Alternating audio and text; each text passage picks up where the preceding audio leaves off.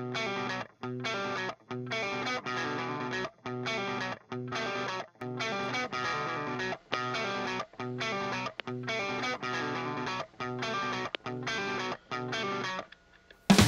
of this work is making me hungry.